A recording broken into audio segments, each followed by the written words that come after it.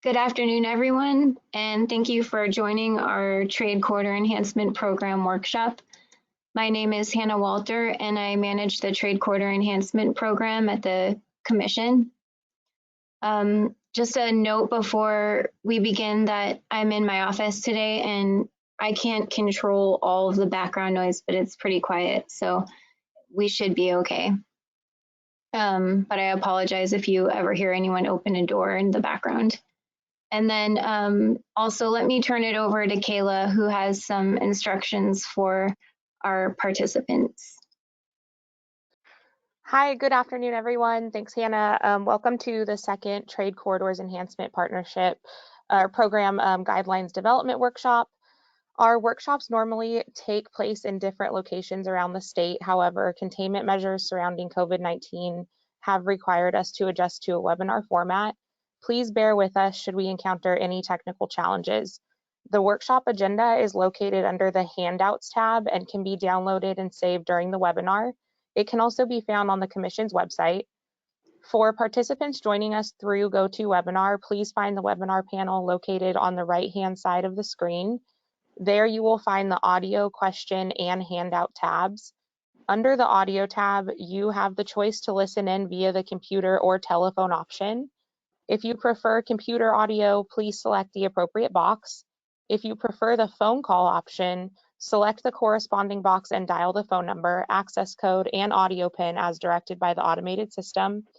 Please note that if the audio PIN is not entered, you will remain in listen-only mode and will be unable to speak should you have a comment. As a reminder, each registered attendee is provided a unique link and phone number to access the webinar. These cannot be shared with other participants as they are registered to a specific attendee. We welcome comments and questions from attendees as a part of each topic at this workshop. There will also be an opportunity for comments and questions at the end of the presentation. There are two options for participants to provide comments. You may click on the hand icon to indicate you wish to make a comment. You will then be unmuted and called upon to make your comment. Please be sure to state your name and affiliation prior to voicing your remarks. Also, please use the raise hand feature as early into the topic as you can to give the system time to acknowledge you. You may also use the questions tab to submit a question or a comment. Please type in the topic you are commenting on and your comment, and Commission staff will read the comment on your behalf. You will not be able to be on camera while making comments. That's it, and thanks for joining us today. We appreciate all of your time and your feedback. Back to you, Hannah. Thanks, Kayla. Okay, if we go to the next slide, we'll see our agenda for today. We're going to follow up on matching funds and CEQA-NEPA. We'll talk about the advanced funds for federal grants, the climate change resiliency and adaptation draft language, and the zero emission freight infrastructure language. And just as a reminder, our next meeting is scheduled for November 10th, and we're planning to talk about accessibility, public health, and SB 671. The December meeting may actually be rescheduled. I think it will be rescheduled, so stay tuned for further direction about the meeting after November 10th. Okay, we can move to the next slide. I wanted to just include one slide with a short trade corridor background in all of my workshops to make sure that everyone was aware of some of the basic components of the program if they were less familiar with it. So the Trade Corridor Enhancement Program is funded primarily with state diesel tax and also has some federal National Highway Freight Program funds. It provides about $400 million a year for freight infrastructure projects. Eligible applicants, as you see here on the slide, they're public entities like cities or counties or MPOs, and private applicants must have a public agency sponsor. So to be eligible for trade corridors, projects have to be in an approved regional transportation plan, and that includes, when applicable, a sustainable communities strategy. So that means they already have to have been planned to a certain degree at the local level before we see them. Projects must be located on federally designated trade corridors, and the statute also says along other corridors that have a high volume of freight as determined by the Commission. And then just a note about the overall, if you think about the funding for the program, not as state not as state or federal, but just as one amount. The statute requires that 40% of that money go to projects nominated by Caltrans, and the other 60% go to projects nominated by the regions, or in essence, anyone else. The state is automatically divided up into different freight regions. So that's that slide. Does anyone have any questions? Hey, Hannah, it's Kayla. I'm not seeing any written in comments or questions quite yet, and no hands raised yet. Okay, thanks. Let's move on. So the first thing I wanted to follow up on from the last meeting was the matching funds. Now, in the last meeting, there were some questions raised about if we could consider funding that occurred prior to the, well, let me back up. And actually, Kayla, do you mind going to the next slide? Thanks. So trade quarter requires a 30% local fund match on all regional trade quarter funds. So remember how I said that the funding for the program kind of gets put into two buckets, 40% for Caltrans and 60% for everyone else. Well, of the 60% for everyone else, there's a requirement that there's a 30% local fund match on those funds. And so in the last workshop, stakeholders asked if we would consider allowing projects to count money spent on previous work. So for example, maybe you did some PA and ED in 2019, and now in 23-24, you want to ask for trade quarter funds. Can you count this previous work, this previous planning work that you did in 2019 towards the match? And so we've never allowed that in the past. We talked about it a lot. We talked with our engineering staff, we talked with Caltrans, and where we're at is that we're not going to change the matching requirements, and there's a few reasons for that, and I'll go over them with you. Do you mind going to the next slide? So the first thing is that when I was looking at, well, I looked first at the statute, and that was not at all, that did not limit us, so it's really up to the commission's discretion. I looked at other programs for similarities, and I also looked at the Trade Quarter Improvement Program because that one was like the precursor to the current program that we have now. And what I found was that that program actually had a 1-for-1 matching requirement. So if you were asking for 50 million, you would have to put up 50 million. It was quite high. And actually, in recognition of the difficulty that entities have sometimes in funding these projects, we lowered it from the 1-for-1 matching requirement to the 30%. So we'd already made that drop in recognition of that challenge. So that was one reason. Another was when we were talking about these funds, we realized that these funds have additional scrutiny. They have increased accountability measures that were put in place when the bill was passed. And the commission doesn't have oversight over the dollars that were spent prior to any SB1 funding. So it would be really difficult for us to make a decision on the validity of those funds. So if we approved prior work as a local match, it would kind of be in a way saying that this work was something worthwhile that the commission agreed should be invested in, but we wouldn't have had the opportunity to actually oversee that work at all. So that was a concern. Next slide, please. And then it would be difficult to determine what portion of the dollars spent went toward being funded with trade quarter funds, because a lot of times, especially in pre-construction, as you all know, you might be looking at something broader, and then when you ask for funding, it might be a more specific piece of the project. So I know that there are ways, and some of you actually had some good ideas about ways to try to sort that funding out. But it would require, when we were looking at the process more carefully, we realized it would require a lot of work, and it would be like a whole separate process in and of itself. And because of the time frame that we're under when we're reviewing these applications, we didn't feel it was feasible to be able to do that. And the last reason is just that It helps actually to ensure the commitment of our partners when we require the local match to be spent concurrently and proportionally.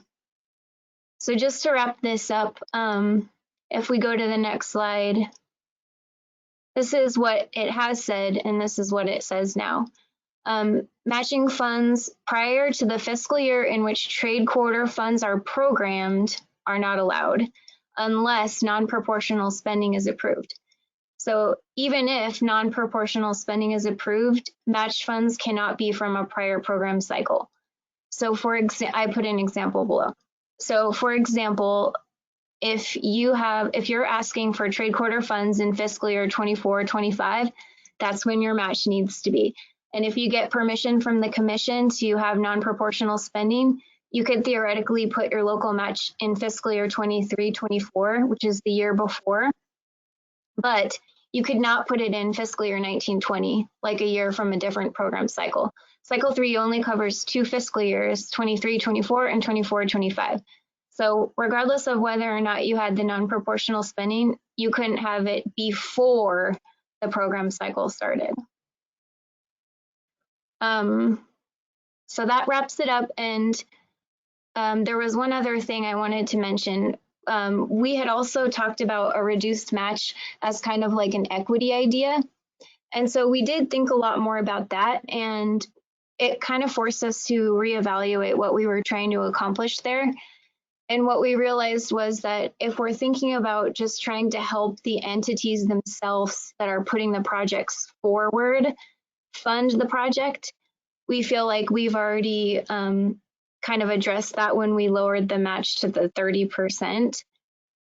But when, if you think about trying to encourage projects that are in disadvantaged communities, we thought about that. And because of the same kind of process challenges that I brought up before, I think the only way that we could make something like that work is if we had an easy indicator to go by for the county in which the project was located. Like the 2 examples that I'm thinking of are we could allow a reduced match for projects that occur in counties where the median household income is less than 80% of the statewide average median household income. That's similar to an ATP measure, and it's easy to measure. Or the other one is if on the Healthy Places Index, if they're at like 25% or below in the score on that index, we could allow for a reduced match. And I think that's actually by census tract, that one. So those are the 2 ways I thought of that would be relatively easy for us to measure, because it would have to be something that's fairly straightforward that we could look at and make a determination of if the project was eligible for a reduced match. So I am willing to consider that if we're thinking about trying to help projects in disadvantaged communities, but that was my only other thought. So that kind of concludes my comments on the matching funds, and I'll open it up for any questions or comments. Hi, Hannah. Not seeing any written questions or comments yet, and no hands raised. Okay, So no, that's fine. I know we already talked about this a bit, and I appreciate everyone who gave me input on this. So for now, let's move on. Okay, CEQA-NEPA. So in the last workshop, we talked about our plan to change the deadlines for CEQA and NEPA in all of the SB1 programs. And here's where we landed. And I just want to reiterate that we did talk a lot about this, and our conversations are still ongoing. So for CEQA, if you can go to the next slide. We do still plan to require CEQA be completed at the time of program adoption. And for those of you who may be less familiar, that's a change from the current requirement, which is 6 months after program adoption. So now instead of 6 months after, it's required at the time of program adoption. And I will say that on both the CEQA and the NEPA, we still are have an outstanding discussion that we need to have with Caltrans. So this is almost final, but not final, because I want to hear what you guys have to say today. And I also need to finish having our conversation with Caltrans, but this is where we're at right now. And then we'll go to NEPA and then I'll take questions or comments. Okay, so for NEPA, because there were some significant concerns raised, where we're at is in this cycle to require NEPA to be complete within 6 months of program adoption. And that's a change from cycle 2, because in TSIP cycle 2, we didn't require NEPA to be complete until the time of allocation. So that language is still in there, but then we also are requiring NEPA to be complete within 6 months of program adoption. And so that's a change from what we were originally planning to recommend, which was that both CEQA and NEPA be complete at the time of program adoption. But it's still a little more strict than saying that you have until allocation to get it done. So that's where we're at with these two deadlines. And with that, I'd like to take any comments or questions that people may have. Hi, Hannah. There's a few hands raised, nothing written in, so I'll turn it over to Celeste. Thanks, Kayla. First up is Carrie Cartwright. You are unmuted. Hi, Hannah. Hi. Couple suggestions. On the NEPA, it's difficult to even guarantee 6 months for completion of NEPA for various reasons and conditions and examples I cited previously. So I strongly suggest either keep it at 6 months and allow for an extension, or make it 12 months, just because of the uncertainty. Still have issues, significant issues with the NEPA assignment matter with Caltrans for non-transit, non-highway projects. Okay, thank you. Yeah, and then, as I said in my examples, Marriott had required basically redoing NEPA for one project. So that was theirs. Yeah, so I strongly suggest that. On the CEQA, I again, similar thing. I would suggest still 6 months after adoption for CEQA completion, or request for extensions at the discretion of ultimately whether it's staff or the commission itself. You may want to consider that to be done ministerially or through the commission itself. Okay. Yeah, that's good. That's a good input. Okay. Thanks. Thank you. Thank you, Carrie. So next up we have Angel. You are unmuted. Angel Pyle. Great, thank you. Hi, everybody. Hi, Hannah. So this is Angel Pyle. I'm the SB1 program manager with Caltrans. So I almost feel like I'm calling into a radio show and I need to say like, thanks for taking my call or something like that. But anyway, so first I want to say I appreciate the commission's approach here and keeping the NEPA deadline intact within 6 months of program adoption. So we do appreciate that change from the previous workshop. So thank you. As Carrie mentioned, there are some challenges surrounding the NEPA conversation. And so Carrie, I'm also going to be reaching out to you offline. I had a follow-up conversation with our environmental folks earlier today. So I do have some responses for you. So we'll be getting back with you in the next couple of days.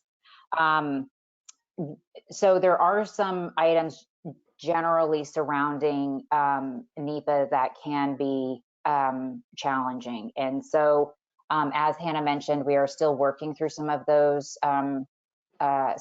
challenges. I feel like we're making some progress there, but we are still evaluating and need additional time to work through some of that. So that's pretty much mostly what I have for NEPA. As far as CEQA is concerned, we still need some additional time to analyze the full impacts of having a CEQA deadline at the time of program adoption. But I do want to say generally, overall and generally, I believe that this policy will impact the types of projects that the commission will receive, meaning that I know that we're looking for projects that are more in alignment with CAPTI, and that's definitely the direction that we need to go. However, when we advance the environmental deadline, that makes it more challenging for any applicants to develop projects that are in alignment with CAPTI in time to have those documents approved by program adoption.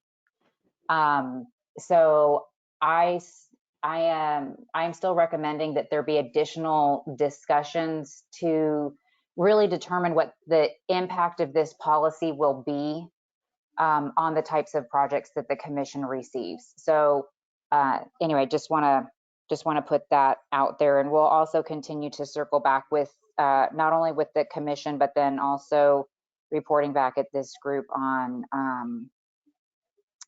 some of the environmental challenges. So thank you. Okay, thank you, Angel. I appreciate that. And we're fully committed to working with you on CEQA and NEPA and really thinking through the impacts of that decision. So we will work with you on that. All right, we have one more hand raised. Kenneth Cow, you are unmuted. Excuse me. Hi, thank you. Kenneth Cow with MTC. I did want to just make a quick comment in support of Carrie and Angel's comments. I think I really do like the 6-month deadline after program adoption. Definitely keeping that for NEPA is very much appreciated. And, you know, I think it would be great if we can extend that still to CEQA, knowing that, you know, your recommendation is to keep it at program adoption. I think there, you know, we do that all the time where we maybe, you know, program funding to a project before the environmental's done. So I don't think that we're necessarily like committing to a project that hasn't, you know, finalized environmental. You know, once the environmental's done, and if that changes, then certainly we'll have a bigger discussion. But I think, you know, a little bit of leeway time is always appreciated. So appreciate that consideration. Thanks. Thanks, Kenny. Okay. Hi, And Hannah. that's it, Hannah. Sorry. Sorry, Celeste. Hannah, we do have a few written in questions and comments. Sure. So the first one is from Deborah Redman. They said, wouldn't federal NEPA folks want CEQA and NEPA to proceed along the same time? Could this allow CEQA clearance before NEPA alternatives are selected? Wouldn't it risk having to redo CEQA, especially for major federal state projects? Let me think through the last thing you said. Would it risk having to redo CEQA? There may be some risk involved, and I see what you're saying. I think that from the commission's perspective, we're actually just trying to make sure that the projects that we are funding are at a certain point, because we don't want to pre-fund any alternatives. We want the process to be, and we'd prefer the process be completed before we make decisions on the projects. But there is a point to what you're saying. Okay, and then we just have, oh, Deborah did respond already. She said, okay, thank you, that makes sense. And then we just have one comment from Avital Barnea, and it said, I second Angel's comment. It does look like we have another hand raised, so I'll send it back to Celeste. Thank you. Carrie Cartwright, you are unmuted. Yeah, Hannah, I just wanted to sort of get clarification on some exchange of information in the last several weeks with Angel and others on this issue of when Caltrans can commence NEPA, whether it's their official position and or requirement that they cannot until this federal funds program. I don't know if that was clearly delineated yet. So maybe Angel could comment. Yeah, I don't want to speak for Caltrans on that. I know Angel had to go to another meeting. Angel, are you still available? Angel, I've unmuted you.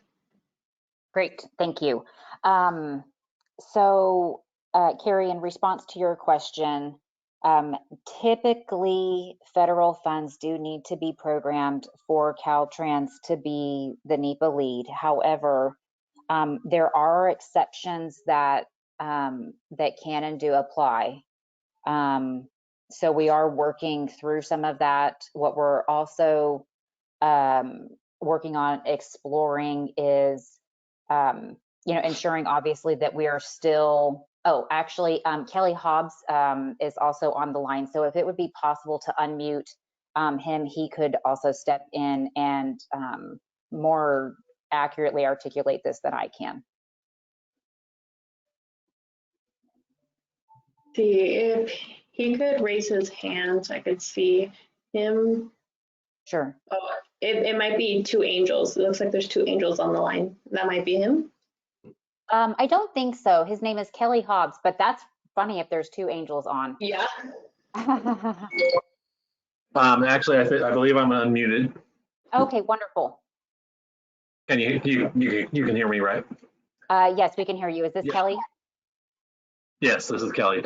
So yeah, I registered afterwards, so Angel probably did come up twice because I copied her invite. But anyway, so this is Kelly Hobbs. I'm the Office Chief for Environmental Compliance and Outreach in the Division of Local Assistance. And I would agree with everything that Angel presented in her initial summation. The normal process for Caltrans is that we require programming in the FTIP for the projects that we work on in local assistance. And local assistance environmental only covers federal aid highway projects funded by FHWA. So we only cover the NEPA side. CEQA is done by the local agencies. There are exceptions to the rule that projects are required to be programmed in the FTIP. So that's one point. I do have a project, a tolling project in the Bay Area that District 4 is working on where it's listed in the RTP, but not the FTIP. And we've been directed to work on that by FHWA. So there are exceptions to the FTIP programming rule. Another point I'd like to make is NEPA environmental studies can commence prior to any approval of an FTIP or any listing in the FTIP. However, until the normal process for Caltrans environmental and NEPA is that a project has to be in the FTIP before we can approve a CE, categorical exclusion, a FONSI, a finding of no significant impact, or a ROD, record of decision. But environmental studies for NEPA can commence and they can proceed to completion until that point that we need to approve an environmental document. So that's cautionary right there, because any work that proceeds for us for local agency projects proceeds at risk until that project is programmed in the FTIP. Now, going back to my first point is there are exceptions that we've found to that rule.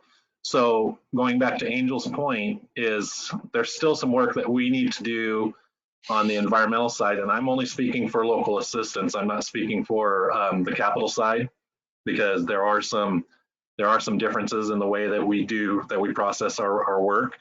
But going back to Angel's point, there is some more homework that we have to do.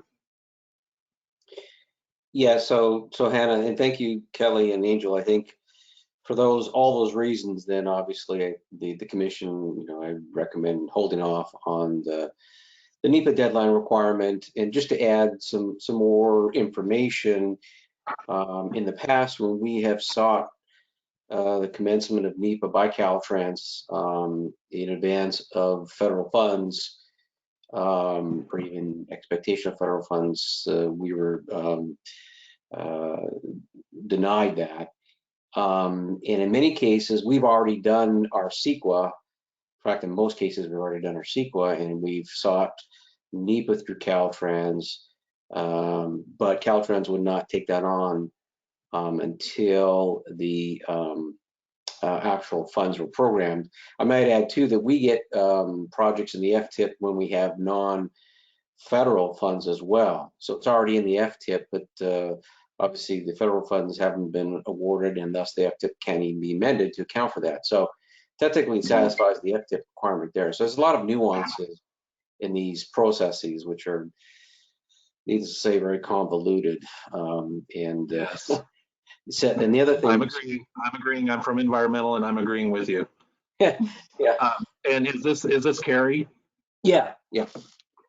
So I would just add, I'm a proponent of the assumption of federal funds and working on projects that may not have that fully, that fully programmed, part of it.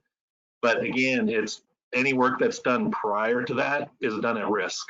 Oh yeah. So this happens quite a lot. This happens quite a lot in ATP, where local agencies may have an ATP project. And I like to say every project has a story. Every project has its own history. And a local agency could be working on projects for months or years before it even comes to Caltrans, and they could be done with their CEQA. And then at some point, federal funds are realized. And then for the local agencies, it looks like we're requiring them to start from step one. And in some cases, that might be the case because we have Section 7 of the Endangered Species Act. We have Section 106 of the National Historic Preservation Act. We have Clean Air, Clean Water Act, all these things that we have to go. For the local assistance side, we are trying to teach our local partners, how to anticipate what studies may be needed early on so they can kind of fold that into what work they're doing prior to, like I said, a project could start with state funding only, but then at some point later, hey, money dropped from the sky.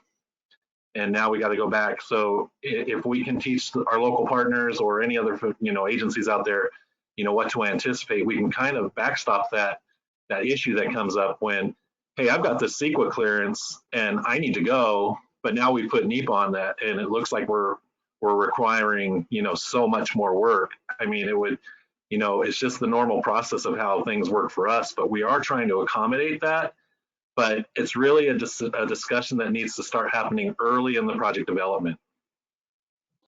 Right, and then just to add, and I've said this before, is that because of the limited NEPA assignment currently, and with the impending increase in NHFP funds for non-highway projects, the proposed legislation at the federal government, which has been approved by the Senate, increases the amount that could be awarded to non-highway or intermodal.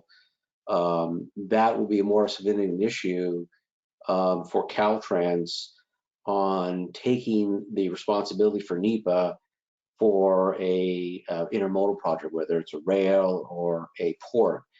That's going to be a big dilemma and an issue that has to be reconciled before, obviously, the program adoption. So Carrie, this is Angel. I feel confident that we can work through that, and I am willing to help facilitate any of those dialogues so that we can at least come to a decision much more quickly and efficiently. And so we are committed to that. Also, one item that we have worked through in terms of the NEPA lead. So I'm glad that you brought up the NHFP funds. So after a little bit more research, those are backed by, those are basically Title 23 funds, which essentially means that that draws some more clear, or makes the lines a little bit clearer in terms of Caltrans acting as the NEPA lead. And so that I feel like is a good step forward. And Kelly, you can correct me if I didn't say that correctly. But that at least it puts us a step further. Does it fix everything? No, but it's a step in the right direction, and we're willing to facilitate, or I'm willing to facilitate any of those dialogues so that we can make some of those connections more quickly. Also, in terms of good, great, okay. Also, one of the other things that was asked about was really like kind of one agency, one decision in terms of not having to do environmental multiple times. We are open to those dialogues, and so I just want to let you know that we are looking to continue that dialogue.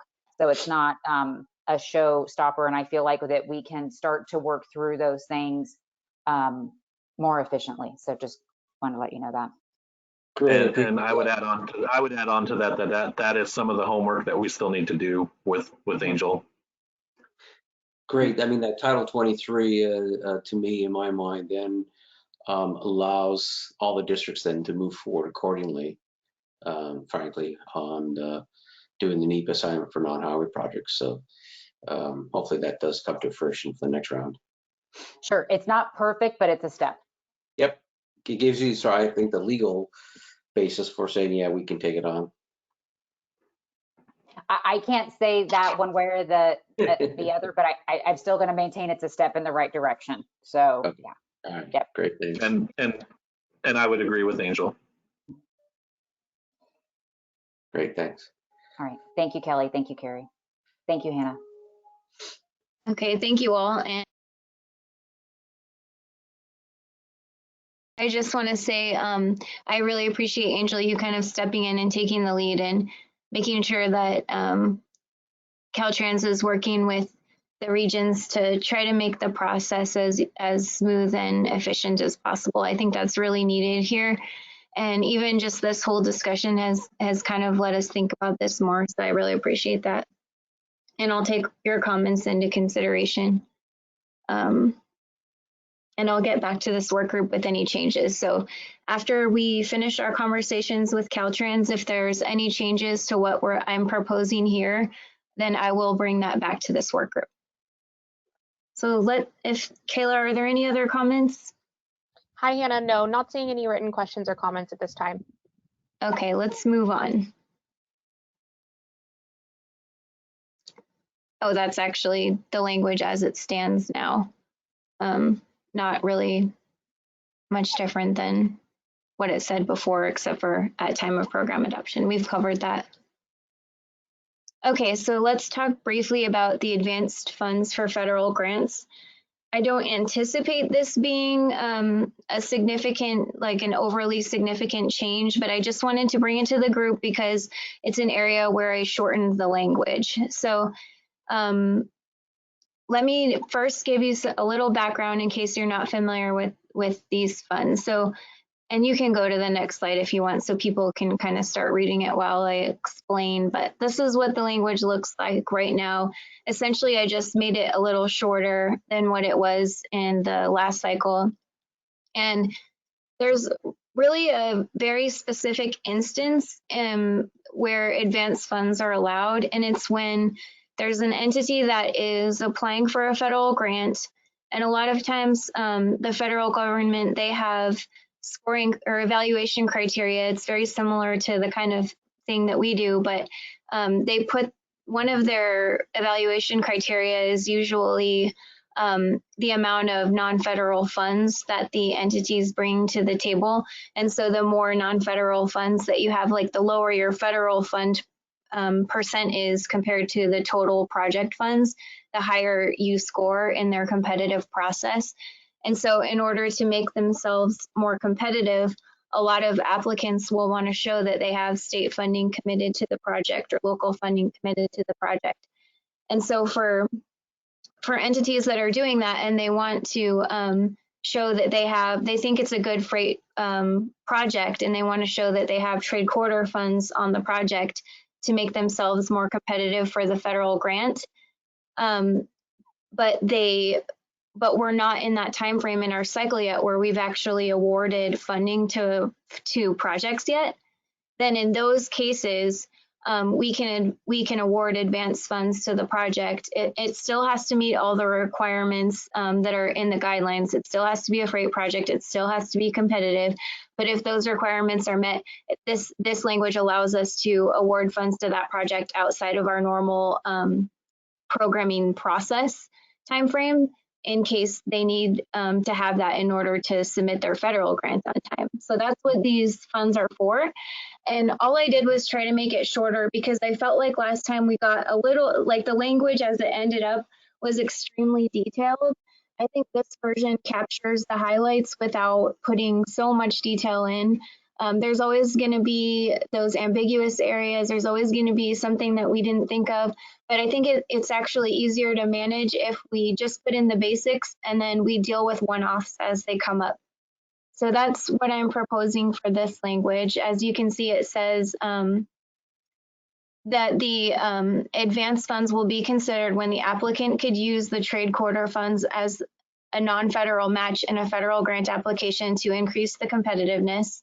So we as commission staff have to have the time to adequately review the project. It has to demonstrate a significant freight benefit as defined in these guidelines. And the advanced funds are limited to up to 50% of the applicable regional corridor target. So essentially all that means is that we don't want to give away all of the funds in a region to a project because we want to keep some money for the regular competitive process. That's all that means. The federal grant must be awarded before any advanced funds will be allocated. So if we do give you advanced funds, you still have to show proof that you got the federal grant before we'll allocate the trade corridor funds. And that's it. So let me open it up to any questions or comments that people may have. Kayla, do you see any comments? Hi, Hannah. No written questions or comments right now, but I see one. Oh, I'm sorry. One did just come in. So I'll go ahead and read this and then I'll send it to Celeste. So this is from Michael Cano. Thank you, Hannah, for continuing to support this linkage between our state discretionary program and opportunity to compete for vital federal discretionary funds that need to be delivered to and will leverage funds from California. This will be vital as the infra, federal, and TCEP programs start to reflect federal focus on port congestion and supply chain. Agreed. Thank you, Michael. And then just one more written question before I send it to Celeste. This is from Deborah Redman. What is the earliest date that you'd consider commitment? That we consider commitment. Do you mean that we would consider programming the funds? I'm not sure what she means by commitment. Deborah, if you want to go ahead and send either another question in or raise your hand and we can unmute you so that you can ask Hannah. Deborah, just raise your hand. I'll go ahead and unmute her. Okay. Deborah, you're unmuted. Yeah. Hello? Hi, Deborah. Hello? Hi. Hi, Hannah. Hi. When is the earliest time, like in the cycle, that you would consider doing these pre-awards in support of a federal grant?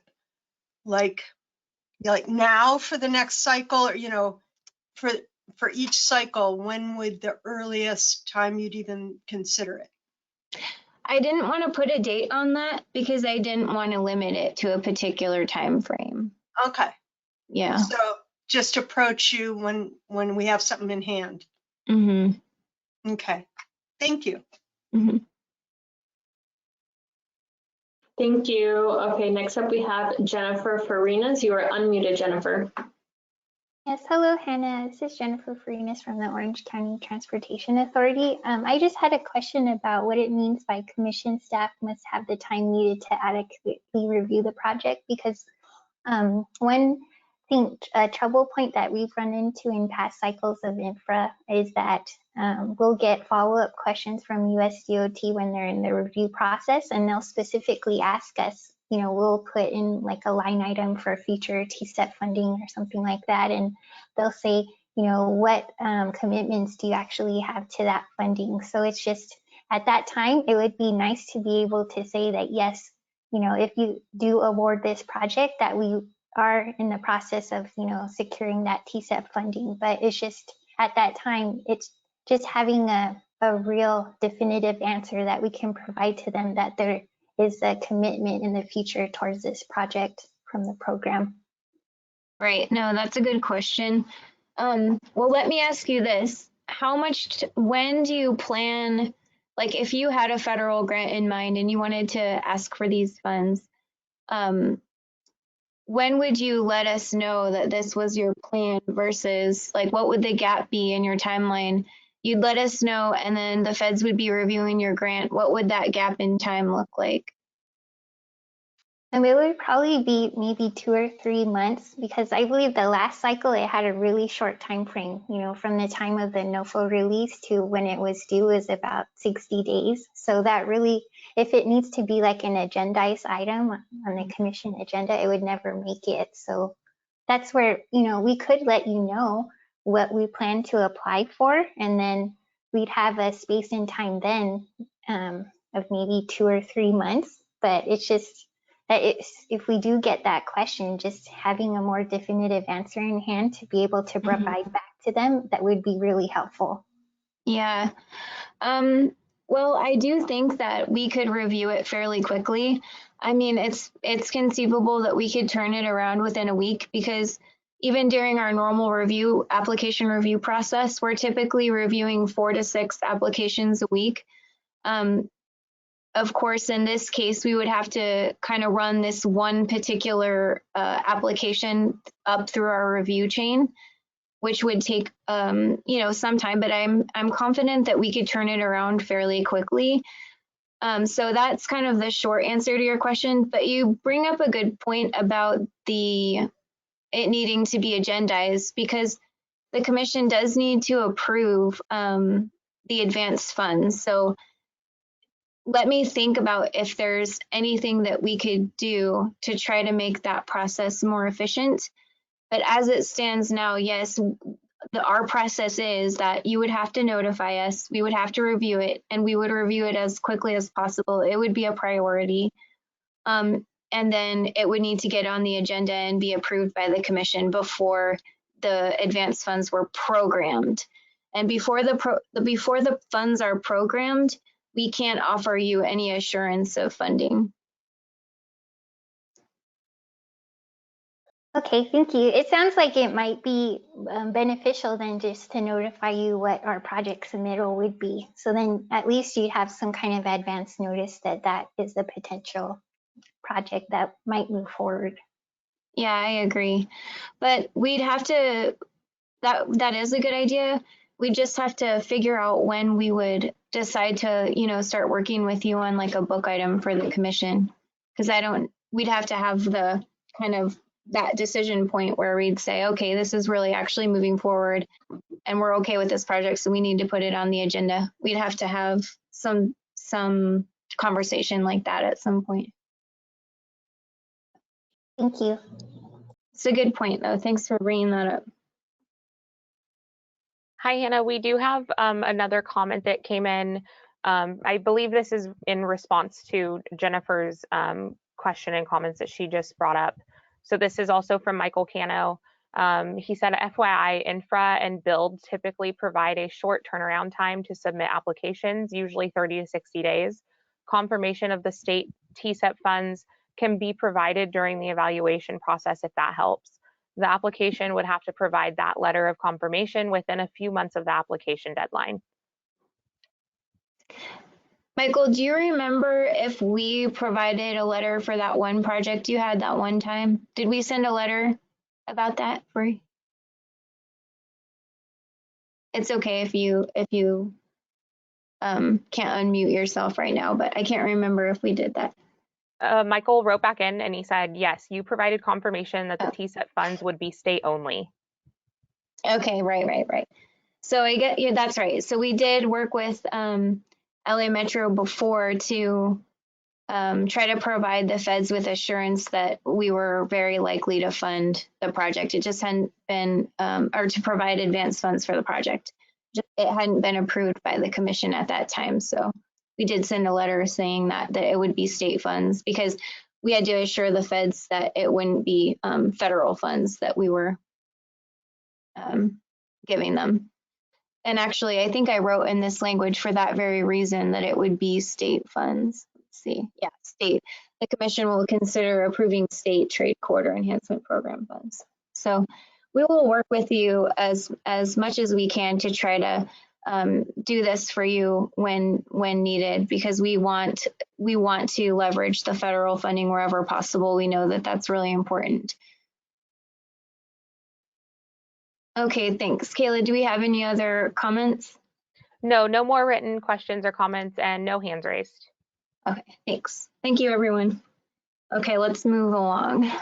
Oh, climate change adaptation. So I'm going to hand it over to Bridget. And I just want to say that Bridget did a really good job of drafting this language and working with a lot of people to get this pulled together. And so she's going to go through the next slides and talk about the new climate change adaptation language that we have in the guidelines. Go ahead, Bridget. Thank you, Hannah. Good afternoon, everyone. As Hannah said, my name is Bridget Driller. I am the Assistant Deputy Director for Planning at the Commission, and I will provide a brief overview of how we are thinking about climate change adaptation and resiliency for TSEP Cycle 3. Next slide. So over the past 2 cycles of the FC1 programs, stakeholders have identified climate change adaptation and resilience as an important and emerging project benefit area. In addition, Strategy 5.2 of the Climate Action Plan for Transportation Infrastructure, or CAPTI, also asks the CTC to consider how competitive program guidelines might incentivize climate adaptation. Next slide.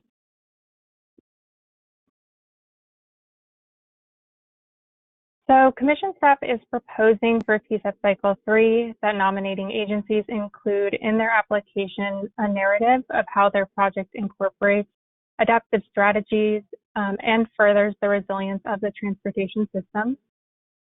We have worked closely with subject matter experts in the Caltrans Climate Change Office to develop proposed language to include in the guidelines. We are still incorporating minor edits to this language, but I wanted to walk through it to provide a preview of the content we're developing. At the end of my presentation, I'm happy to respond to any questions or comments. Next slide. Okay, so we began in the language with defining what we mean when we say climate change, resilience, and adaptation. So resilience refers to the capacity of an entity to prepare for disruptions, to recover from shocks and stressors, and to adapt and grow from a disruptive experience. Adaptation is the action or multiple actions taken in order to achieve a state of resilience. And that can be making adjustments to natural or human systems in response to actual or expected impacts from climate change and extreme weather events. Next slide. We've also put in the language how incorporating adaptive elements can be synergistic with other state goals, such as reducing greenhouse gas emissions and fostering a multimodal transportation system. Next slide. And then we've provided definitions for what we mean when we say climate impacts. And we've broken this into primary impacts and secondary climate change impacts. For primary impacts, we're talking about changes in temperature, changes in precipitation, wildfire, sea level rise, and storm surge. And secondary impacts include flooding, severe storms, landslides, and cliff retreat. Next slide. So I apologize that the text is a little small on this slide, but if you go to the Commission's website, you can download the slides and zoom in. But we did want to provide diverse examples of what climate change adaptation strategies might look like, since this will look different from project to project and also different depending on what impacts a community is preparing for. So this list includes options related to supporting emergency evacuation, such as ensuring that a corridor has multiple transportation options to build redundancy, as well as installing roadway warning systems that can be used during weather events. We've also included examples for strategies in the event that a piece of infrastructure might be facing the threat of climate impacts. So for example, infrastructure that is predicted to experience sea level rise or might be in a wildfire prone area, and mitigation measures that can be made to prepare for those projected impacts. Finally, I'll just mention that in developing this language, we've tried to take a really multimodal approach. And so we've included strategies that are specific to bicycle and pedestrian infrastructure, as well as public transportation infrastructure. Next slide. Okay, and then a large part of the language that we put together is a compendium of resources that we're hoping can be useful for applicants and others to point back to learn more about climate change impacts in their communities and adaptive strategies. So I'll just go through these briefly, but if you are looking at this list and you feel like a reference is missing, definitely if you could share that with commission staff, that would be really helpful. Next slide. So here I do want to call out the Caltrans vulnerability assessments, which I'm sure many are familiar with, but Caltrans has done assessments for all of their 12 districts to analyze climate impacts to the state highway system. And that might be a good reference for transportation projects that are on the state highway system. Next slide. We've also included references to help define what we mean by the term vulnerable communities. So those are communities that are especially vulnerable to the impacts of climate change and should be specially considered when thinking about climate change adaptation. Next slide. And then finally, the last handful of strategies are intended to support applicants in thinking about how to incorporate adaptation strategies into projects. And I did want to make one point on this slide, which is that, you know, we acknowledge that many of the projects that are coming forward for nomination for TSEP and the SC1 programs some are through environmental, some are through the design phase. And so we're hoping that these resources can be useful not only for the third cycle, but moving forward as agencies develop a pipeline of projects. And then I think this is my last slide, but before I wrap, I just want to again give a big thank you to the Caltrans Climate Change Office for helping us to ensure that this list of resources reflects the latest and greatest in terms of references that are out there and generally providing us support in developing the language. So with that, I will turn it over to Kayla to see if there are any questions or comments. Hi, Bridget. Yeah, we received one written question from Carrie Robinson. Would it be possible to broaden the resilience language to include man-made crises too? Thinking about Governor Newsom's executive order in 1921 and the COVID-19 pandemic. Yeah, thanks for that question. That's a really interesting one. You know, it comes to my mind not only pandemics, but things like earthquakes and other potential disasters. I think we're certainly willing to consider that, and that's feedback that I'd like to bring back to our Caltrans partners as well to see if they would be supportive of incorporating that. Thank you for that comment. Okay, Bridget, I did receive one more written comment from Jillian Guizzato.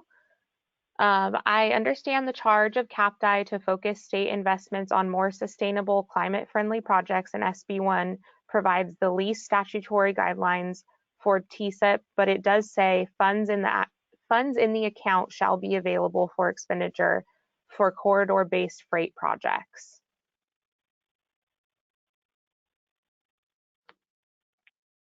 To answer that one, Bridget?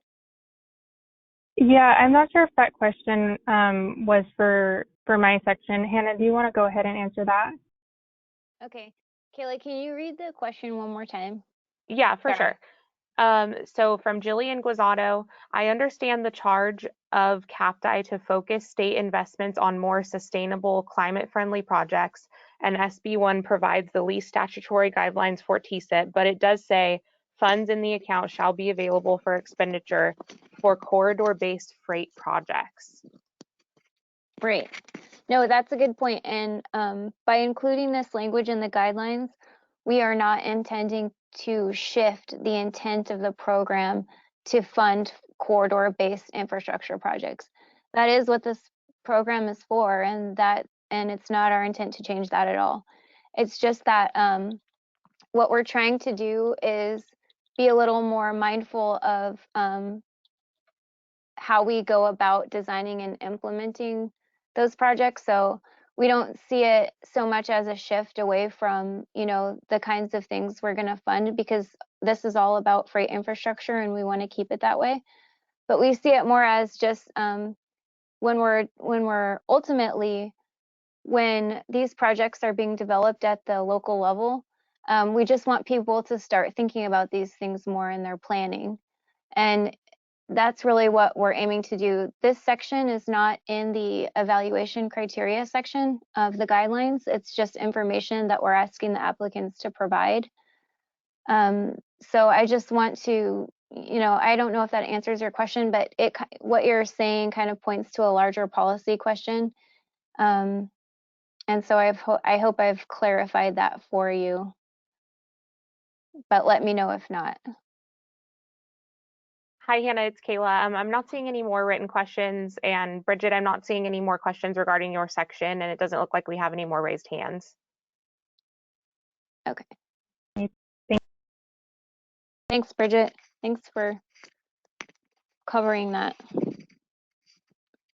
Okay, so next we're going to talk about the CAPTI strategy of prioritizing projects that demonstrate a significant benefit to improving the movement of freight while also improving zero emissions infrastructure. So that was the charge in CAPTI, and the next slides will cover how we went about trying to incorporate that into our guidelines. So first, I just want to call out that in our eligible projects section in cycle 2, we actually had put language in there that referred specifically to zero emissions freight infrastructure. And so just to call it out more, we separated that out into its own paragraph in section 11, the eligibility section. And that language there is just kind of showing that. We can go to the next slide. And then we added a new evaluation criteria. So if you're not familiar with the guidelines, there's a section in cycle 2, it was section 18 of evaluation criteria, and it's a whole long list of all the things that we evaluate projects based on. So one of the criteria that we added in there was if the project supports zero emission freight infrastructure. So we added that into that section. And then we included some language to try to provide applicants with a little more specifics about what we were talking about. And so I'm just going to walk through this language. So what we're saying is, first of all, the applicant can say whether or not the project supports zero emission freight infrastructure. So if you have a project that you don't feel like it's really a project that supports that, it doesn't mean it's not eligible for the program. It just means it doesn't support that. And so you can just state that. And then you don't have to provide any of this other information. If you feel like your project does support zero emission freight infrastructure, then we start asking you to provide the information that describes that. So we've laid out the actions that support the transition to zero emission freight infrastructure. And we say that they could include the following. So building the infrastructure, like the charging stations to support freight. And I just want to point out, it would need to be charging infrastructure that heavy duty vehicles could use, not that passenger vehicles couldn't use them, but it needs to be freight infrastructure. Improving access to freight zero emission charging or fueling infrastructure. So maybe you're not building the charging stations themselves, but you're making it easier for the trucks to get to them. As part of a larger port freight infrastructure project, buying zero emission or near zero emission human operated equipment. And let me explain that a little more. So there was a section in the original statute that governs the program that was really it's trying to make sure that if there's equipment that is part of a larger infrastructure project, and it was talking about this specifically in the context of a port project, then the authors of the bill didn't want the funds to go to projects that funded fully automated equipment, because that would be a labor concern. So the bill specified that it could only fund human operated equipment. But in the context of that language, it mentioned zero emissions. So we're just making it clear that, consistent with the statute, if there is a port freight infrastructure project that includes buying equipment and zero emissions equipment, it is eligible under the program as long as it's not fully automated. So those are just some examples. We said may not be limited to. So if you have another example and it's not one of those bullets, that's okay. We're just trying to give you examples. And then in the next paragraph, we're talking about the kinds of things that are allowable to try to make it more clear. And so we're saying all zero emission infrastructure, technology, and charging stations must be primarily designed for freight. And only zero emission freight infrastructure is eligible under the Trade Corridor Program. Within this context, any type of zero emission technology is allowable. So we're not excluding any type of technology, hydrogen, electric, we're not, both of those kinds of things or anything else would be eligible. It includes different charging station types, so we're not putting a limit on like only some kind of smart charging. It can be any kind of charging station. The applicant needs to demonstrate how the infrastructure is relevant to freight and that any related industry stakeholders. I think we may have made a couple minor changes to this language actually after this version, because we've gotten input from a lot of great experts. So I think this is actually not exactly what the final language is, but it's very close. And I think we changed the words industry representatives to stakeholders. But basically, we want to know that if you're planning on, say, building a whole charging station, that you talked to the people around there that would likely be maintaining or using that infrastructure, just to make sure it actually fits and makes sense there. That's what we're trying to get at there. And we'd like you to tell us if the infrastructure will be maintained, that the infrastructure will be maintained once it is built. So we're just trying to make sure it's relevant and useful, that's all. So that kind of sums up that paragraph.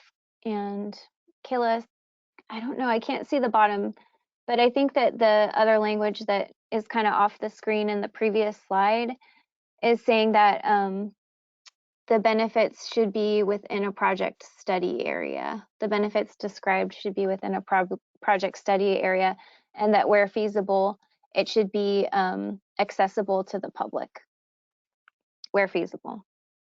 Okay, we can go to the next slide. Oh, so this paragraph this is part of the language that was kind of, I was thinking was on the bottom of the last slide. But this first paragraph is talking about the zero emission equipment that I was explaining earlier from that bulleted list. So I won't explain that again because that's what that's referring to. And then the only other thing is, if the project has a mix of public and private benefits, you need to complete the public-private cost-benefit analysis that is requested in the funding and deliverability section of the nomination form. That's the application form. And explain what the public benefits of the project are. So we're using public funds. So we are just making sure that primarily the benefits of the project are public benefits, and that's what that language is trying to ensure. And in the application form, there's a section where you can fill out a public-private benefit analysis to try to show the financial value of the benefits that are public and private. So that is what that is referring to. And I believe that's the end of the language. Can you go to the next slide? Yeah. So let me take questions or comments on that. And Kayla, I'll turn it over to you.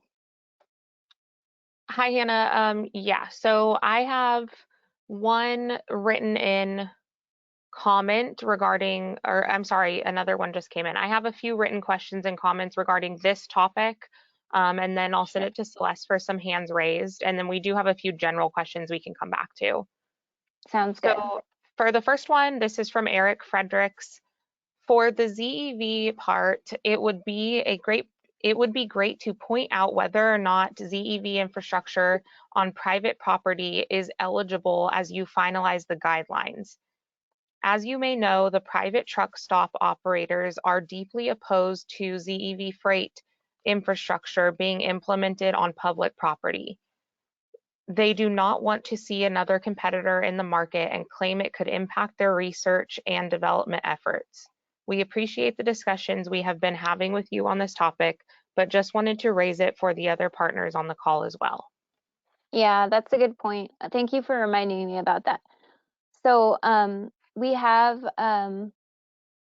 been working with our legal counsel and Caltrans to make sure that that is something that we can do, but we do believe that that would be eligible because the question isn't so much whether the project is located on public or private property. It's more about ultimately who's the project benefiting and is there a public benefit that's coming out of the project. So, and especially with freight, because of the limitations, like you mentioned, on where some of that infrastructure can be located, it could be necessary to put it on private property. So we are still working that out. And so we will continue to work with you, Caltrans, on that. And then we should be able to add something like that into the guidelines. Thank you. Okay, the next question is from Akiko Yamagami. Will a planning phase for a zero emission freight infrastructure be eligible, or should it be a construction of such infrastructure? Well, planning for zero emissions infrastructure still meets the intent of this evaluation criteria, because the evaluation criteria doesn't say that you have to actually be building the infrastructure. It just says that you have to be supporting it, supporting the transition to zero emissions freight. So I think that the example you provided about planning for the infrastructure would count as supporting the transition to zero emissions freight. Okay, and then one more question regarding this topic. This is from Steve Smith. Near zero is allowable for port projects. What about other near zero where consistent with South Coast AQMD policy and initiatives, particularly for the heavy duty trucks with substantial near zero emissions benefits for criteria pollutants? Thank you. Yeah, good point. Maybe I should make that in the guidelines. That would still count towards supporting the transition to zero emissions. I know that there's a whole separate conversation with CARB on that, but for this criteria, for these guidelines, that still counts towards meeting the intent of this criteria because you're still helping with that transition to zero emissions. That's it right now for the written questions on this topic, Hannah, so I'll hand it over to Celeste now. Thank you. First up, we have Carrie Cartwright. You are unmuted. Thanks. Hannah, just several questions. One is, I don't know if I saw anything related to quantitative assessment of this criteria. And I would hope at this point in time that you don't ascribe a quantitative assessment, only to almost be binomial, like yes or no. Yes, what you're doing does support zero emission technology and emission reductions overall, and thus the project that you're putting forth would meet that criteria if it's not a direct emission reduction project. So it seems like you're nodding, and that would be the case. Yeah. So Right. We don't intend to try to, we're just gonna let people describe it in their own way. Yeah. yeah, obviously, as you recognize for LA Long Beach, obviously we have a overall program of reducing emissions, and so basically we'd satisfy that criteria for any project we put forth. But for the specific direct emission reduction projects and zero emission projects, so you guys are allowing for cargo handling equipment as being eligible, but not trucks. I wonder if you could elaborate on that decision, because as you know, we have obviously a program we're going to put in place and generate revenue for subsidies for manufacturers and trucking companies, etc. We won't procuring the trucks distinctly. And Metro has a program too, and then also on the benefit cost analysis, we've done some work looking at different types of zero emission projects, and the public benefits are, straightforward. It's the monetized value of emission reductions, which many agencies have been using for years. The other benefit that I don't think anyone's ever done yet, unless it's inherent in the monetized rates, but I don't think it is, would be long-term public health benefits. And given some of the calculations we've done in the past, additional public benefits may be needed to get to a benefit cost ratio greater than 1. So a couple of things. One is, I would recommend you, if a project is strictly a zero emission reduction project and not like a freight movement project that increases capacity per se, and if it's simply that consideration be given to not requiring or screening as a fatal flaw of a benefit cost ratio of less than 1, to consider that, because this is the first time in any funding program anywhere where you're considering zero emission technology, emission reduction projects as standalone projects, as well as requiring benefit cost analyses. We have the same dilemma coming up also with the federal government too, with their emphasis on emission reduction and climate change related type projects. So there's that aspect to consider in your screening, because there's maybe some projects that, a charging station, you just can't get to a benefit cost ratio of greater than 1 unless you assumed basically, a lot of trucks using that station to get the emission benefit, taking credit for those vehicle miles traveled without emissions. So just some practical thoughts on when you guys start reviewing applications. Yeah. No, those are all good. And let me just say that we are going to have to work with you on this one, because as much as we are trying to be, prepared by putting this language in here, it's going to be a learning. This is like as Angel kind of referred to this before, this is sort of a bit of a transition cycle for us. So we're going to have to be flexible, and we're going to have to work with you on these types of projects because we haven't really seen them before. And we're going to need to figure some things out as we work through this. But I'm going to try to answer your questions in order, or maybe backwards, and then you tell me if I forgot anything. But okay, so for the BCR thing, what about because I was assuming that when you calculate that, you would assume the economic benefits of the goods themselves, like the impact on the economy and businesses. Is there a way to monetize that? Well, no, there is, and those are typical economic benefits that are considered private benefits.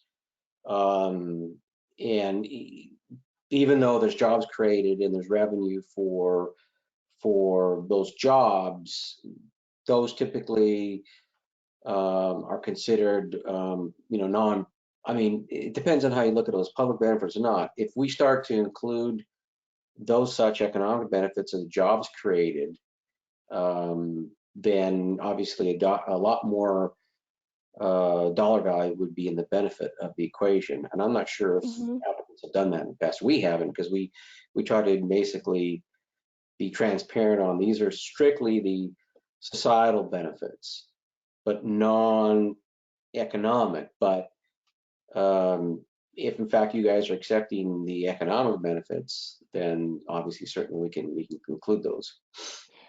Well, I mean, if anyone on this call disagrees, then please tell me. But to me, it seems like we should, because kind of like if we go all the way back to the Sustainable Freight Action Plan, we're trying to balance the Right. two objectives of public health and air quality, and also economic competitiveness, because as we both know, like freight is such a key factor in the economy of our state.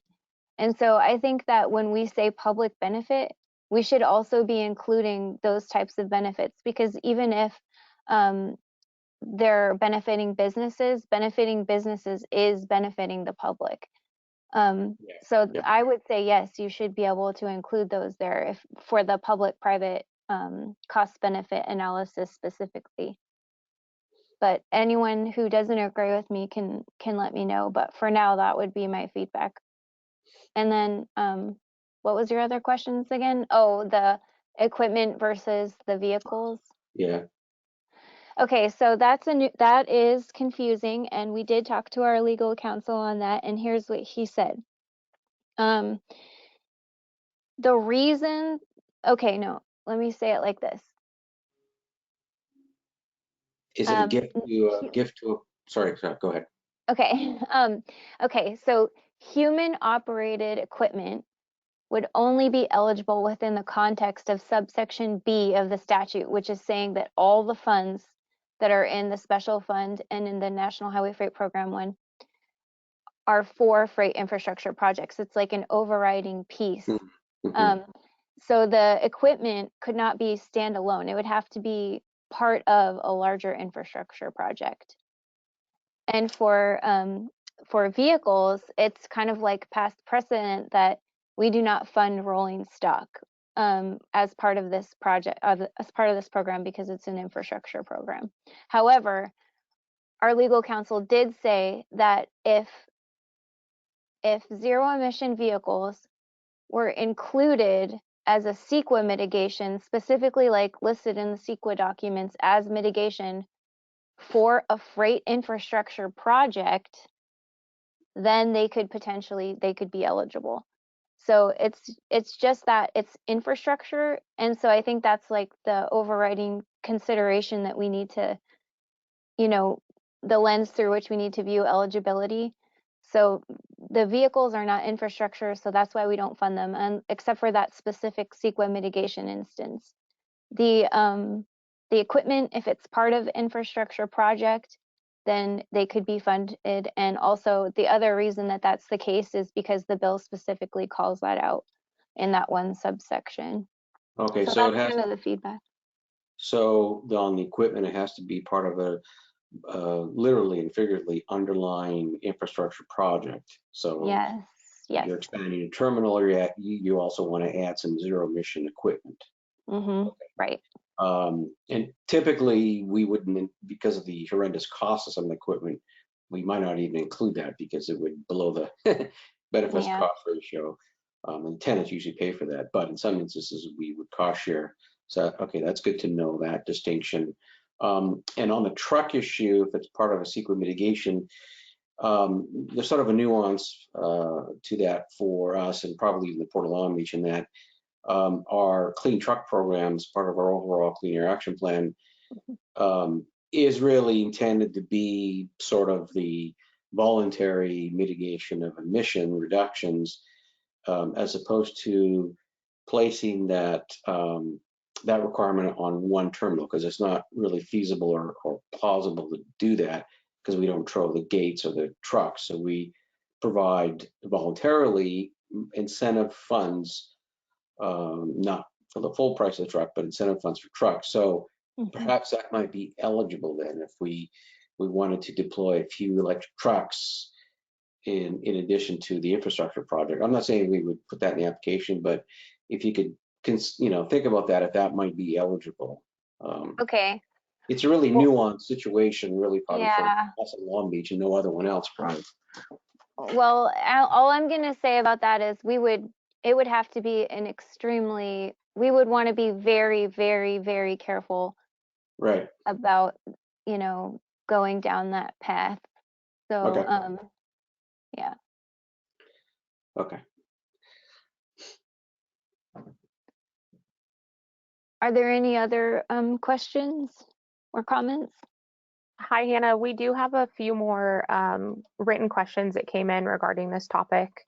So this one is from Michael Cano. Will CTC eventually move toward requiring a planning document that provides a strategic vision for implementing zero emission equipment rather than a scattershot approach to various pilot projects and one-off investments? Also, will you require a public agency to be the lead agency for these applications? Michael, I don't think I totally understand what you really mean. So can you come off mute and tell me again? Michael, you should be able to raise your hand and then we'll be able to unmute you. I'll unmute him, Celeste. Because I'm not sure what you mean by planning document. And I'm not sure if you're really interested in the state providing funding for some of this transition. If that's what you mean, I'm not really sure. Like providing more coordinated funding? No, so basically the landscape what we're seeing is a variety of efforts. You have things like the ports where they have a strategic plan and they have a vision and they have a prioritization and they can quantify, etc. And then you have a lot of like pilots that are being advanced from groups like Lacey and other groups which are trying to advance, and they're partnering with the private sector, and those are more like demonstration things, but in the long run they may not be as valuable for the state without a coordinated sense of how those investments will feed into a larger vision. So in LA County, we don't have that planning document. I think Akiko was referencing our discussions about developing a framework with our local partners on where we should invest strategically to ensure that if we're going to have a coordinated system as opposed to charging stations here and there, and then where state funding would support. So I mean, obviously we don't have that today, but in the future, I think as planning documents are developed for strategic investment for ZE equipment and charging stations and hydrogen fueling stations, etc. Is that something that CTC sees us going towards that direction where you need to be in kind of a regionally approved strategic plan? Versus someone wants to put a charging station with a truck company here and we're just going to do that, and then all of a sudden the state's investing in something that may ultimately not be connected to the larger regional and public value. Yeah, that's a good point. Well, it's interesting you say that because I just started working on Senate Bill 671 implementation. And even though we're talking about that in the next meeting we have, it's kind of an answer to your question. So first of all, I know that we all know that CARB has the advanced clean fleets rule, the one that's starting to require fleets to have a certain percent be zero emissions. And so I would have, well, first of all, I don't have, my purview isn't as broad as the state in general. But personally, I would kind of hesitate to because we're still really trying to work all that out. And as you guys know, there's a lot of barriers that we have to find solutions to in order to make it realistic for fleets to convert. So I would want to give industry as much time as possible to work that out and kind of wait on making any additional requirements for now. But that being said, there is value to having a more coordinated approach. And I think that's what the clean freight efficiency assessment is supposed to provide. And so I'll just briefly say what we're supposed to do for that, because it kind of answered it. It's going to play out in kind of having the effect of what you're suggesting. So as for that assessment, what we have to do is work with the CEC and Caltrans and others like CARB to identify freight corridors that are primary candidates for zero emissions freight. And then once we've identified those corridors, we have to take a bunch of other infrastructure considerations into account, and I can get into those details in the next meeting. But then once we've done that, then we have to work with you all to find an MPOs, and they're specifically listed, to find projects that could implement that plan. So we kind of have to make a plan, like these are the corridors that would be best to start transitioning to zero emissions freight. And these are like all the considerations we would need to do that. And then we're supposed to work with you guys to identify the projects that would actually be needed in order to carry that out. So in a way, it's almost like the assessment is a high level form of that planning document that you're describing, even though it isn't officially a planning document. I think that is, if it's successful, going to start setting the vision for how we kind of maybe want to move forward as a state on making this transition to zero emissions freight. I think that's the intent of the bill in any case. But so I know that is in the works. So we're working on it now. But in terms of like if the more specific plans will be required at a later date, I don't know that yet. So we'll have to see how it plays out. Does that answer your question? No, that answers. I mean, obviously, like we look at the SCCP, the Congested Corridors Program, that has Yeah. been an evolution where we're allowing people to catch up to the more stringent planning requirements and things like that. Of course, we don't want to create barriers unnecessarily now in this cycle, but I think that's something maybe for future cycles to start talking about. We're going to talk about Okay. regional value or narratives that we're going to eventually there will become a planning push to investigate that, and that might be something the CTC may want to encourage. Yeah. Make sure that regions are working together collaboratively, and like LA Metro's not working with the ports and not working with AQMD, or it just seems like that's the natural path we're heading on, where we should be encouraging. That's actually getting to the question that Akiko asked about the ability to apply for planning funding, because that's something we want to do, is to develop that blueprint, that framework for the region in partnership with our various stakeholders to then come back with prioritized investments for future TSEP cycles. So it kind of would be like a pre-construction work, leading to a construction like we have with other projects. So, and the other question about public agencies requiring a public agency to be the lead, you're going to have, quasi-public or non-public or private, are they going to be able to be a lead applicant, or do they still have to go through a traditional public agency to be lead applicant to make sure that there's a public vetting of the applications? Okay. That's a good point, and I wrote it down so we can start thinking about that. And I would say that it would still need to be a public agency, but I don't know, what do you think about that? I think it'll be helpful to have that because it's and we have that with the freight railroad projects. I think have to have a public agency as the lead.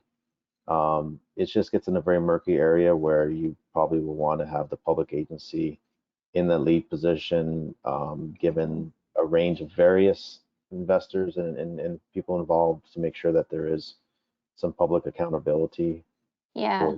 for your review, and also would encourage, the different private sector entities and different groups pushing for these pilots and other kinds of funding opportunities to partner with the public sector to create more of a regional value, a public value, than just a private value that may have undefined public value. I think it just makes it helpful for you, as well as helps the regional public agencies know what's going on and be a partner and bring money to the table, where possible. Right. There's some kind of a match, so that if there is a 50-50 public-private value, then maybe there's a 50-50 public-private match kind of a thing. So I mean, that's a good point. Functionality. So just some thoughts. Yeah, no, that's good. Thank you. Hannah, this is Kayla. We do have one more comment that came in for this topic from Eric Fredericks. Cargo handling equipment would touch goods by so many businesses. I see no problem including the economic benefits in benefit cost ratio. It may be challenging to quantify that benefit, and it may be quite small compared to other traditional infrastructure projects. Okay, thank you. Thanks, Eric. And actually, just to I mean, I don't think there's confusion here, but just to clarify, we'd still be requiring the normal cost benefit ratio that, you know, that we typically use the CalBC model for. That's like a whole separate thing that we were just putting, you know, that is a performance metric and everything else. So that is really defined and is still there and is a separate thing. The public-private one is just if you have a project that has for some reason is more kind of questionable about, well, we need to look at the public versus private benefits of this project. If that is what that analysis is for. So, and I don't have the language from the application in front of me again right now, but I can look at it again.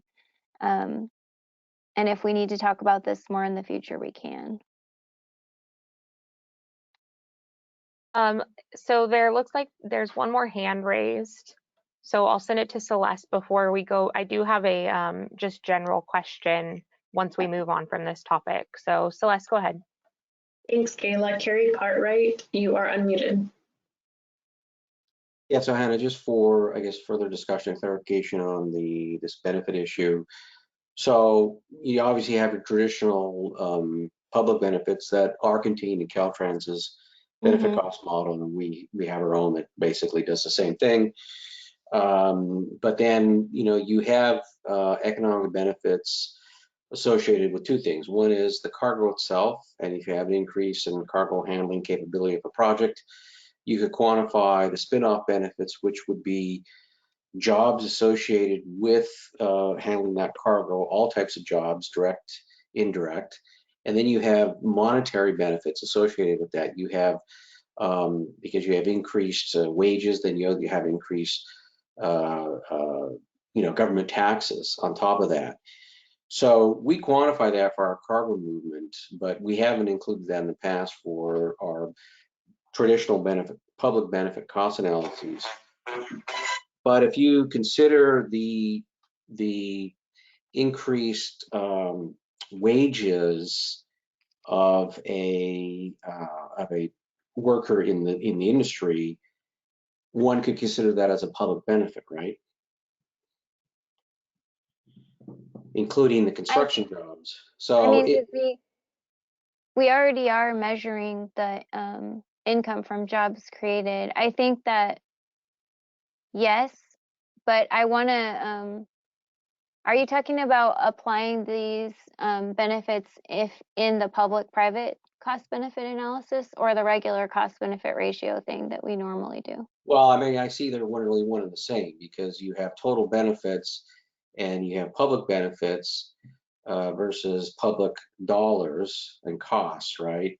And you could, as a standalone, you could determine true private benefits.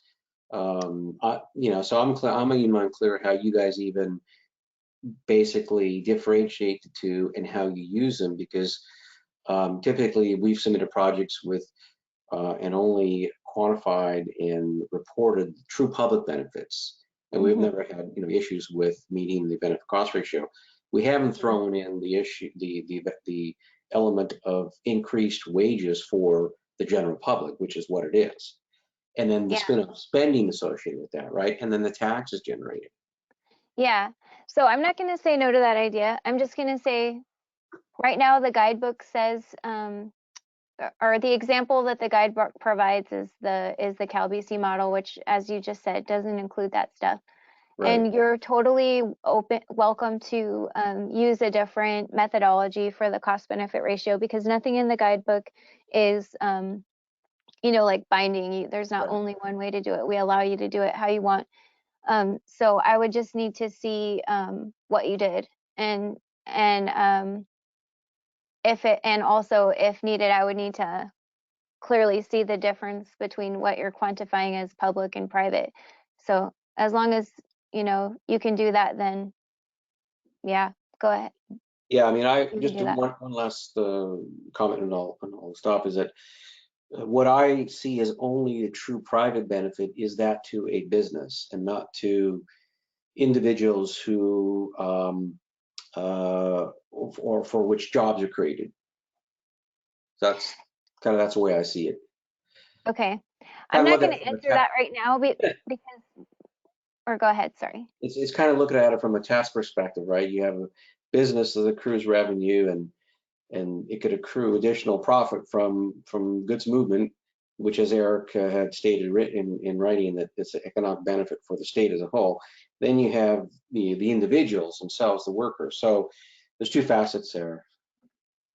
Yeah, no, that's true. And I think you're right. I'm just thinking that in general, we're going to have to start thinking more about, I think we need to do a better job of capturing the public benefit of freight. Like we need to think about that more and capture it, make sure that we're capturing all of those benefits. Yeah. And especially we're going to have to start thinking about this more because with the zero emissions aspect of things, it's not going to look as traditional anymore. I mean, there's going to have to be some public-private partnerships going on. So that is going to just change a little bit the way that we look at things. So I'm sure that we're going to have to figure this out. But yeah, what you're saying sounds reasonable to me. Okay, thanks. Yeah.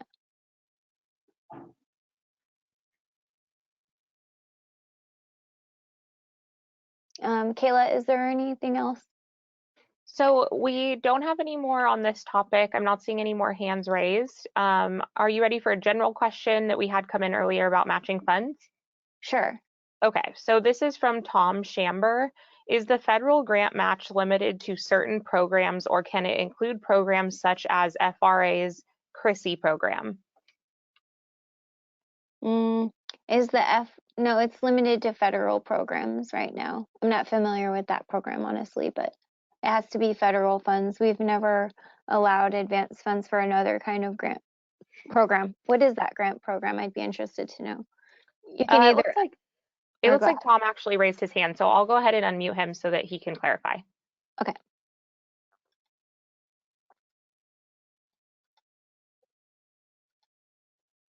Hi, Hannah, can you hear me? Yes, hi. Hi. So CRISI is a Federal Railroad Administration program, so it is federal, and it is focused on rail programs benefiting intercity rail and freight. So it does have a freight focus, and it's federal. Oh, sure. Then yes, they would be eligible for that as long as it was a freight project. Yeah. Okay, so it's not just limited to infra; it's any federal grant program that Right. aligns in scope with a freight focus. Correct. Okay. Yep. Great. Thank you. Hannah, that's it for written questions and comments right now, and I don't see any more hands raised. Okay, I'm just gonna pause for 20 seconds to make sure there's nothing else, because before I accidentally ended the meeting too early. So does anyone else have any questions or comments?